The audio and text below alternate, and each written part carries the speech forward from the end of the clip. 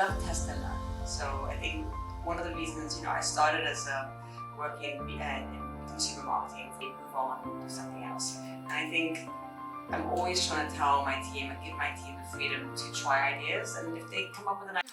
Good morning, everybody. So we're here on the Women Inspiring Network, the Win Voices podcast, and we have Antonia Faulkner, who's from Samsung Ads, who's joined us. And I'm really excited to have you, and especially when she told me she grew up in New Delhi. Just tell us about your journey in your own words, and of course, then you can come back to the New Delhi question. But all our listeners in India would be really excited to know that someone who was born and had a formative years in Delhi, India, is here with us at Cannes. Well, firstly, thank you very much for having me. So I work for Samsung Ads, which is the media division of Samsung. So it's a very new business. It's a really exciting business because we're really thinking about how advertising and media consumption is changing. And yes, I've been in marketing for many years. This is my 8th Cannes, which kind of ages me slightly. But I'm excited to be back and surrounded by all this amazing creativity and strong, wonderful women. Yes. So tell me, so you've also, of course, dabbled in different companies in your journey. Mm-hmm. And what is the kind of leadership lessons would you like to tell the women out there, especially in the corporate world? And please throw some light on that. Yeah, so I think that it's all the different roles and companies I've worked through, you take a little bit from each one. So you have, from each leader that I've worked for, you learn some lessons of what to do, what not to do. And I think each one of those kind of help you mold into the kind of leader you want to be.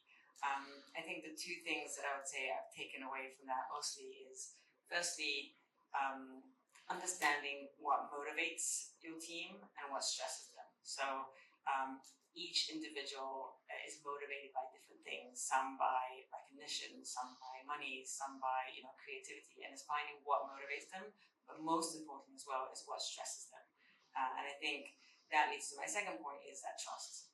Without trust, it just doesn't work. So I think as soon as you can communicate with individuals in a way that resonates with them, where they feel seen and feel heard, you'll get the best out of them, but then you'll also get this trust, which I think is the foundation to any good leadership.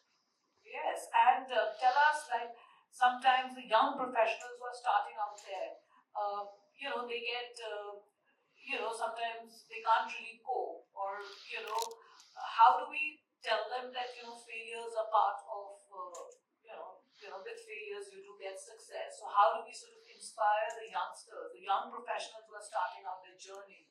Any tips for them? Yeah, I mean, I think for me, I love test and learn. So I think one of the reasons, I started as working in consumer marketing for big organizations like CNN and HSBC, and then I moved to the tech side halfway through my career. I think one of the reasons I'm so happy in this space is that it is really fast moving and you're constantly having to test and learn, which means that you have more scope for that permission to fail. It means that, you test small things, and if it doesn't work out, fine, but then learn from that quickly, move on, do something else. And I think I'm always trying to tell my team and give my team the freedom to try ideas, and if they come up with an idea which I'm not 100% sure of, I'm like, well, I'm not sure, but try it and see what happens, test it, and if you fail, I have your back. And I think as long as they feel safe, that they feel like, okay, I can go do this, and if it doesn't work out, my boss has my back, then I think they feel empowered to do things and to fail. But you cannot fail in a space where you don't feel safe. Yeah, I like it. I like what you're saying. So all those, especially your team, will be very excited to know that what I hear is they have your back, and failures are part and parcel of what is coming next. And tell us, what is next for you? Like, how do you keep yourself inspired? How do you balance your personal and professional life? Yeah, I mean, so again, one of the reasons, it's after I had my children. I mean, in full honesty, I always thought I was going to be a stay-at-home mom. I didn't think I was going to have a career. I was like, I'm just going to work for a couple of years, have my kids, and stay home with my kids. And after I had my first child, I suddenly had this huge amount of this energy and drive and confidence that I've never had before. And I was like, actually, I think I can do both. And I think that really shaped the second part of my career. And serendipity has a lot to do with it. I happened to move after my first job after having my child, ended up being in the ad tech space. And there's more B2B marketing, and it's such a fast entrepreneurial space. And I instantly fell in love with it. I was like, oh my God, this is exactly my personality. I don't have the patience for like planning campaigns for 12 months. I need to now. I need to be fast. I need to test. I need to learn. I need to be reactive.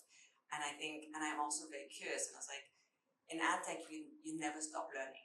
It's evolving so fast, and the tech is so interesting because it's human, it's creative, it's that magic of taking creativity but making it, the technology that powers it. So I think I love the space. I think you're learning something new every day. It's never boring, and you're surrounded by people that are naturally, I'd say, more entrepreneurial and passionate because they really feel like what they contribute, they can see it. They can see I did that. When you're in a really big brand, it's really hard to pinpoint what your contribution was unless you're like very senior. So I think here at every level, everybody feels like they're part of the success of what you're doing. And I could see the passion when you were talking about it. And the other thing I could really relate that after you had your children, you were really, like you had that energy and you could do this. So for the longest time, I never had children because I thought it'll slow me down. And of course, I run a communication business. But the Women Inspiring Network was born during the pandemic when my daughter was a year and a half. And the kind of energy and passion which I feel for that, like it was just something new, meeting all these people globally. So it's been an exciting. So I can totally, sometimes I just feel, when people think, okay, when you have children, maybe you can, but I think we women can do it all. We can. We just have to put our mind to it. And I'm so happy that we've sort of connected. And my last question is, you're growing up time in India. Yeah, I mean, it was the best years of my life. I absolutely loved it. I'm fortunate enough that I still have a lot of friends there, and I get to go back regularly for weddings, which is, the big fat Indian weddings. Oh my God, Indian weddings. I love them. So yeah, it's a beautiful country, beautiful people. It was a beautiful time in my life. Yeah, so I think our listeners, especially in India, will be very, very happy to know that. And which years were you in India? Well, if I tell you that, you'll figure out how old I am. So. But you look very, you're very fit and you're very out there. So okay, I'm not going to ask. But any winning message for those our young listeners out there? Anything which can inspire them and to be where you are or whatever else. Yeah, I think this comes down to find something that you love. We spend so many hours of our lives at work. If you're not doing something you enjoy, and you're not with people that you like or that you trust or that resonate with you, it's draining. So find good people and find something that you like. Yeah. And I just thought of one more question which I'm going to ask you. So if anyone who wants to enter the ad tech space, do you need any special skill sets? Or what is it that which aligns with them and they know that it's the right career choice? Yeah, I mean, I think within ad tech there's so many different roles. So there's so many different areas. I think the number one skill set is being able to multitask. Everybody is doing 10 things at once. So I think you have to be very comfortable with change. You have to be very comfortable with pivoting. And I think you have to be very comfortable with doing multiple things at the same time. Okay. I think I hear that. So thank you so much for joining us, and Thank it's you, truly been a pleasure. And hope to see you and look forward to your session soon with Julia. Thank you.